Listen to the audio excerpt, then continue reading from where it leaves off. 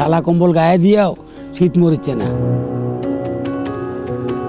কাজ একদিন না করলে চলে না, এর ভিতরে আবহাওয়া খারাপ, কুয়াশা হালকা বৃষ্টির কারণে রসুন পেঁয়াজের আলুর এইসব আমাদের ক্ষতি হবে। রোডে ঘাটে চলতে পারছি না, চরম শীত, কুয়াশা, শিশিরে কাজ কাম হাতে উঠিচ্ছে না, দাউলি হাতে উঠিচ্ছে না, কাম কাজ কী করে করবো, বাইরে বাড়েনি বিপদ। ঠান্ডা খুব অতিরিক্ত শীত ঠান্ডা, হ্যাঁ আমরা চলাফেরা খুব বিপদ। দেখেন ছালা কম্বল গায়ে দিয়েও শীত মরিচ্ছে না।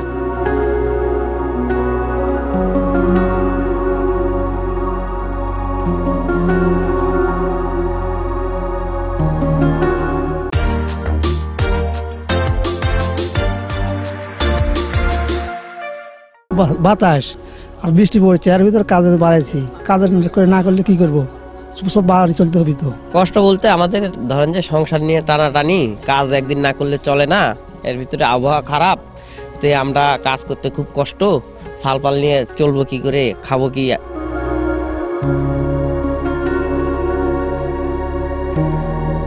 তো এই নিয়ে খুব কষ্টে আছি।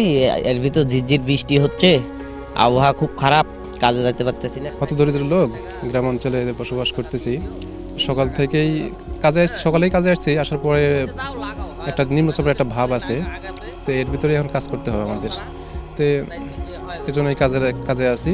তো যে আবহাওয়া হয়েছে, এই আবহাওয়ার ভিতরে জমির ম্যাক্সিমাম ফসলের ক্ষতিগ্রস্ত হবে কৃষক, এভাবে আবহাওয়াটা যদি কন্টিনিউ থাকে। কঠিন বাতাস আর কুয়াশা আর ঠান্ডা, এর কারণে আমার কাজ করতে খুব কষ্ট হচ্ছে। কুয়াশা হালকা বৃষ্টির কারণে রসুন পেঁয়াজের আলুর এইসব আমাদের ক্ষতি হবে।